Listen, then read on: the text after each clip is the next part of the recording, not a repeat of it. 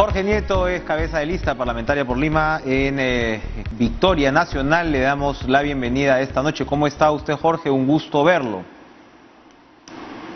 Igualmente, Enrique, un gusto también para mí, por doble motivo. Un gusto verlo también. Así es. Lo primero que le tengo que preguntar es, estuvimos preocupados con la noticia, ¿no? Que usted pues estaba pasando también por el proceso de COVID. ¿Cómo fue eso y cómo ha salido de ese trance? Bueno, me tocó en el día 284 de los 305 o 306 días que llevamos de emergencia sanitaria. Tuve una cautela extrema durante todo ese tiempo, pero en algún momento he tenido que tener algún descuido y finalmente me ocurrió el contagio. Entonces todo el cuidado previo pues es como si no hubiera sido. Al comienzo muy preocupado también al ver la cara del médico cuando me informó el resultado positivo de la prueba, porque en mi caso tengo pues un poco de obesidad y también padezco de diabetes, entonces mi pronóstico no era muy bueno porque tenía varios boletos de la rifa comprados, pero felizmente mi cuerpo ha reaccionado bien, he terminado finalmente siendo del sector de gente de la humanidad que son asintomáticos y hemos finalmente superado la enfermedad siguiendo las indicaciones de amigos médicos muy cercanos, muy queridos y muy generosos que han podido ayudarme en este trance y ahora estamos ya fuera del asunto y con la conciencia de que después de recibir la noticia favorable de que el examen molecular había salido negativo, recién me doy cuenta de la enorme tensión que significa tener a ese virus encima y la posibilidad de que este se despliegue y eventualmente convertirse uno en ese 2.5%, 3% de seres humanos que terminan la muerte. Entonces, efectivamente, es un contento porcentaje. de estar con usted conversando, Enrique. Así es. Bueno, pero entonces para terminar con eso, fue asintomático, no hubo prácticamente síntomas. Prácticamente no hubo síntomas, no hubiera ido al examen si no hubiera sido por una rutina de exámenes y ahí fue cuando me enteré que tenía el virus. Una tensión extrema con el no poder estar cerca de mi niña que tiene un poco más de un año, de mi hijo de 15 o 16 que cumplió años, de mis nietas. Es complicado, es una cosa muy desagradable, muy dolorosa, pero ya hoy día puedo estar tranquilo y tener los afectos que siempre he tenido por todos ellos. La realidad familiar y afectiva de Jorge Nieto es transgeneracional por ese lado, tiene hijitos chiquitos incluso, como nos está recordando ahora. Cuéntenos, George Forsyth sigue encabezando la encuesta de Datum, se espera para el domingo la encuesta de Ipsos, podría no haber mayores novedades por ese lado, es esta punta, digamos, clara, pero no extraordinaria, ¿no? En términos porcentuales. ¿Cómo lee este futuro inmediato de la candidatura que usted acompaña? Bueno, tenemos desde el punto de vista de la candidatura presidencial una ventaja considerable. Estamos hablando de que el candidato nuestro tiene el doble, un poquito más del doble de su segundo perseguidor, de modo que estábamos hablando de ventaja considerable. Claro, hay un elemento que es real, 50% de la población no tiene decidido su voto y no sabe por quién. Y entonces el esfuerzo que estamos haciendo tiene que ver con la capacidad, la necesidad de expresar a ese segmento de la población, de colocar los temas de nuestra agenda de modo que se entienda que tienen que ver con una resolución sustantiva de los problemas del país y que tenemos una opción de gobierno, porque no estamos hablando solamente de una candidatura, estamos hablando en general de una oferta de gobierno que permite enfrentar los problemas del país con solvencia y con capacidad. Ahora mismo hay críticas contra Forsyth por la decisión de no aceptar los fondos de publicidad electoral. Se suponía que, bueno, el Estado iba a asumir buena parte, ¿no?, de esta responsabilidad para, entre otras cosas, evitar o bloquear las posibilidades de los aportes electorales que ya sabemos en qué han tenido al país en los últimos años. ¿Por qué se niega finalmente a ese aporte o a esos fondos electorales y dice que más bien hay que invertirlos en la pandemia? ¿No puede ser interpretado como un gesto populista ese? Bueno, En primer lugar, es normal que se le critique y con dureza, de una forma muy áspera, a veces también de una manera excesiva e injusta, porque si comete un acierto, son otros los autores, pero si comete un error, son solo los suyos. Y en relación al tema que usted menciona, lo que está haciendo la propuesta de Victoria Nacional es declinar un derecho para llamar la atención sobre un problema. ¿Y cuál es el problema sobre el cual queremos llamar la atención? Necesitamos concentrar todos los esfuerzos en el combate a la pandemia. Y necesitamos hacer todo lo necesario para que los ciudadanos peruanos, hombres y mujeres, tengan la mejor atención, tanto los que padecen hoy día la enfermedad, como la consecución de las vacunas que están en un proceso complicado de negociación. Hoy día hemos escuchado algunas noticias alentadoras después de varios meses en los cuales se nos dijo que habían avances que la verdad no existían, pero entonces estamos llamando la atención sobre el tema, sobre el hecho de que necesitamos concentrarnos en ese punto. Y uno puede decir que es una propuesta demagógica, pero en realidad si uno se coloca en el pellejo del candidato presidencial y de los candidatos al Congreso, renunciar a la única posibilidad que se tiene de tener acceso a los medios masivos de comunicación, especialmente la televisión, es realmente una decisión muy complicada, muy valiente, y diría que es una apuesta nuestra arriesgada, porque vamos a tener que multiplicar esfuerzos para encontrar otros canales que de alguna manera, no le voy a decir sustituyan, porque eso es imposible, pero que de alguna manera nos permitan acceder a la sociedad, a los ciudadanos, para llevarles nuestra propuesta.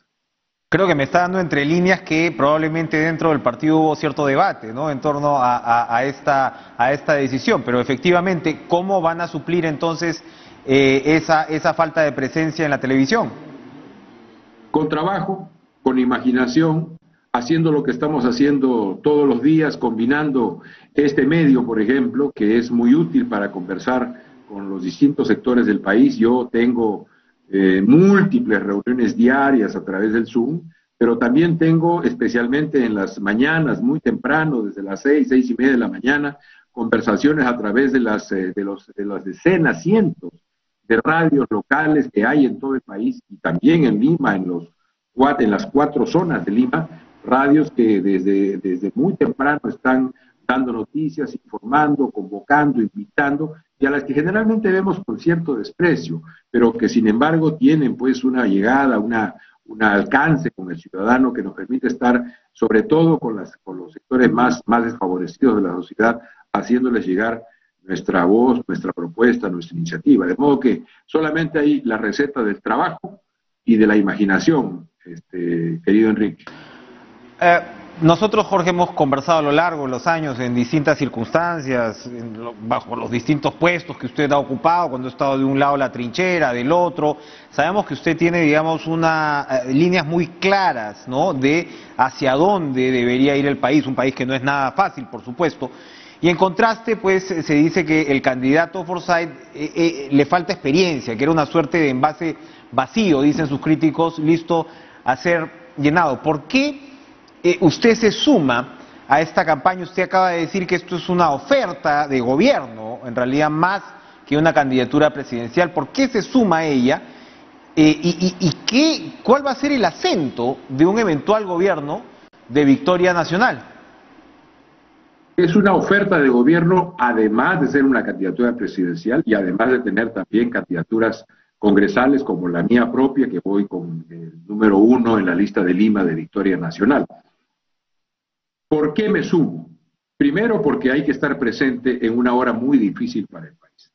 No es solamente la pandemia, a veces nos concentramos en lo que es más inmediato, más urgente. No es solo la pandemia o sus consecuencias, un gran desempleo de millones de peruanos, y al mismo tiempo la aparición, por primera vez en mucho tiempo, lo he podido constatar en mi visita a las zonas más pobres de la ciudad, la aparición después de mucho tiempo de hambre. Hoy día vuelve a funcionar nuevamente con más vigor, no es que hayan dejado de funcionar, pero con más fuerza, con más vigor, con más interés, los comedores populares. Y eso significa que los hogares no están teniendo todo lo necesario para poder enfrentar la situación.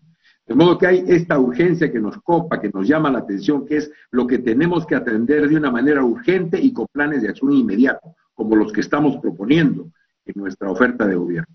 Pero también es, y eso lo olvidamos generalmente, querido Enrique, también es el hecho de que el mundo está cambiando, que se está desplegando la cuarta revolución industrial, que se ingresa con mucha fuerza a la economía del conocimiento y a todas las demás secuelas que tienen que ver con esta gran transformación. Y eso va a suponer en el mundo y en el Perú la destrucción de cientos de millones de empleos, empleos en los cuales nuestra economía es pródiga. Y al mismo tiempo que se produce esa destrucción, se abren inmensas posibilidades para nueva empleabilidad en el mundo y en el Perú, a condición de que nuestra fuerza de trabajo, ese bono demográfico, esa mayor población joven que vamos a tener en el país durante los próximos 15 o 20 años, encuentre la formación de calidad que le permite ingresar con capacidades, con condiciones de competir a la economía del conocimiento. De modo que un momento así de dramático, con la presión inmediata y la urgencia del hambre, del empleo, de la salud, de la vida y de la muerte, y al mismo tiempo una transformación de época en el mundo con varias crisis. He mencionado la de la transformación económica de la cuarta revolución industrial, pero podemos mencionar también el hecho de que el planeta está hackeado en su salud ambiental y que estamos en la posibilidad de ingresar a un momento de no retorno que va a amenazar la vida de la Tierra y con ella toda forma de vida en el planeta, incluyendo la vida humana. En ese contexto, alguien que tiene una vocación política tiene que estar presente. Hubiera sido cómodo para mí, después de no poder lanzar mi candidatura presidencial, replegarme pues en mis libros, en mi familia, en mis afectos, en mis discos, y poder seguir pensando y reflexionando sobre el país y aparecer eventualmente en comentarios en programas como el suyo y en otros, y rehuir la batalla política. Pero hemos decidido no hacerlo. Y uno elige, el político elige las batallas que tiene que dar en el contexto en que se da. Y en ese proceso hemos encontrado con Victoria Nacional y con el candidato George Forsyth un conjunto de elementos compartidos. Por ejemplo, la necesidad de recuperar el Estado para el interés público. Nuestro Estado, usted lo sabe muy bien, está capturado por la corrupción y por distintos tipos de intereses corporativos, grandes, chiquitos y medianos. Bueno, con ese Estado el país no va a tener nunca desarrollo. No voy a relatarle la ignominia que hemos visto de corrupción en los últimos años y sus secuelas. Pero necesitamos entonces rescatar el Estado para el interés. Le repito, Jorge, le repito una pregunta que le hicimos acá al candidato Forsyth y que la viralizaron después. ¿Cuáles son las ideas fuerza para reformar ese Estado? Tenemos diagnósticos en el Perú. Este es un país, a veces se dice incluso inmanejable. ¿Cómo revertir esta situación? Bueno, primera cosa, necesitamos tener esa voluntad política al mando del Estado. Usted sabe muy bien, no voy a hablar de teoría política, pero allí donde hay instituciones en crisis, bloqueadas, con dificultades para poder desarrollar su trabajo, el peso del liderazgo es fundamental para poder revertir esa situación. Mi experiencia, tanto en el Ministerio de Cultura como en el Ministerio de Defensa, es que cuando la cabeza está al mando, tiene una visión clara y es posible transmitirla a los colaboradores de uno y hacerla realidad, entonces las cosas poco a poco comienzan a funcionar. No voy a recordar nuestra actuación como Estado y como gobierno en el verano del 2017, no es necesario. Pero lo primero es liderazgo. Lo segundo es tener claro que se necesitan algunas medidas muy fuertes de manera inmediata. Una propuesta que nosotros tenemos para llevar al Congreso de la República, por ejemplo, es la necesidad de que nuestras instituciones encuentren una arquitectura constitucional razonable. Hemos tenido 5 años, casi 5 años, de conflicto permanente entre el Ejecutivo y el Congreso. Y tiene que ver con dos cosas. Primero, nuestra arquitectura constitucional tiene fisuras. Se discute sobre si constitución o no constitución. El Congreso tiene a la mano un mecanismo perfectamente posible de usar, que no ha querido usar, pese a que muchos, entre ellos yo, hemos insistido en que se use. Existen las leyes de desarrollo constitucional y necesitamos revisar todo lo que tiene que ver con el equilibrio de poderes, las capacidades y potestades del Ejecutivo, las capacidades y potestades del Congreso, para poder darle al país estabilidad política. La razón primera es una arquitectura constitucional mal diseñada. La segunda razón es una élite política que solo piensa en sí misma. Tenemos que sustituirla. ¿Y eso está en manos de quién? De nosotros, los electores. Tenemos que razonar nuestro voto porque lo que está en juego es la posibilidad de que produzcamos una salida del bloqueo político en el que hemos estado en estos últimos 4 o 5 años. Es muy importante. La tercera cuestión tiene que ver con la tarea del Ejecutivo, pero también la tarea del Legislativo, que es tener la capacidad de anticipación en el razonamiento de los problemas. Me explico para que usted lo entienda muy rápidamente y los televidentes también. Hemos discutido hace más o menos 2 meses, un poquito más, la ley para la agroexportación. El Congreso la aprobó casi sin discusión, el Ejecutivo sin chistar le dio pase. Pero advertimos varios, entre ellos yo, que se requería revisar con detalle y con consenso y con capacidades técnicas esa ley, porque tal como estaba ya no estaba adecuada al momento. Fue buena en su momento hace 20 años cuando un sector requería el apoyo y el cobijo de todos a través de exenciones tributarias y de condiciones laborales determinadas para poder desarrollar un sector. Ese sector se desarrolló con mucho éxito. Hemos logrado presencia en mercados internacionales que era muy difícil pensarlo hace 20 años, pero requerimos ya dar pasos adelante en el asunto. No se hizo así, no se actuó con anticipación. Si se hubiera hecho, hoy tendríamos una ley mejor, hubiéramos escuchado a todas las partes, hubiéramos tenido todos los elementos técnicos sobre la mesa y no hubiéramos tenido el espectáculo de ver a un Congreso razonando sobre las rodillas, borroneando soluciones, tachando cosas y haciendo finalmente malas cosas. Entonces, en tercer lugar, necesitamos una política anticipatoria. Ambas cosas, política anticipatoria y construcción de estabilidad, nos pueden dar la gobernabilidad que el Perú necesita para poder tener su desarrollo económico, político y cultural. Usted me ha dado varias ideas fuerzas. Efectivamente, tenemos que despedir el programa, pero le pido la respuesta en 1 minuto. Usted es muy convincente, ¿no?, en todo este tipo de ejemplos, pero vuelvo a la situación que el Perú es un país presidencialista inevitablemente. ¿Por qué Forsyth va a ser un buen presidente? Porque va a tener un buen equipo. Y vamos a estar con él muchos que tenemos experiencia en la capacidad de conducir el Estado. De modo que, le vuelvo a repetir, tenemos un candidato presidencial joven, pero que tiene una virtud, escucha, y se está rodeando de mucha gente, no hablo de mí, sería una inmodestia grosera, pero se está rodeando de mucha gente que tiene competencias y capacidades, y en su momento, y en el momento de las crisis y de las decisiones, vamos a estar ahí para que se encuentren las mejores salidas para el Perú. Bien. Jorge Nieto, muchas gracias. Un gusto reencontrarnos con usted. Gracias por estar con nosotros esta noche. Gracias.